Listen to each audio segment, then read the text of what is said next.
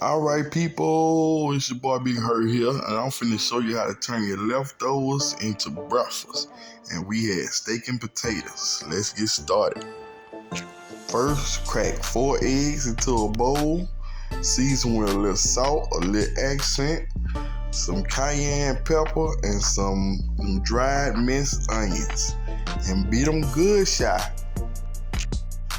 Now oil up a cast iron skillet and get it hot on like a medium heat. Yeah. Now while your skillet heating up, you get your steak and you break it up. And if your steak come out good and tender like mine do, all you gotta do is just smash it up with your fingers. And you don't have to break up the potatoes if you don't want to. I'm not. Now into our hot cast iron skillet, you're gonna pour in them eggs.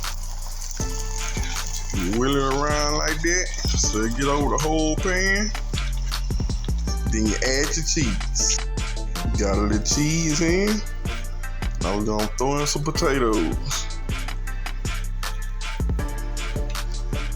After you add your potatoes in, just like that there, then we're gonna add a little more cheese.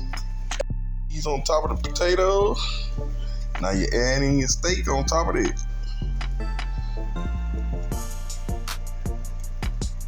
Spread it all over. Just like that there. And guess what? Add a little bit more cheese. I should be looking like that. Now we're gonna attempt to flip it. You got a little bit still running, but that's okay. Just throw it over there like that. Smash it down so you make sure you get all that cheese in there so you can melt it. Let it sit for another half a minute, 30 seconds. You take it out. Yeah.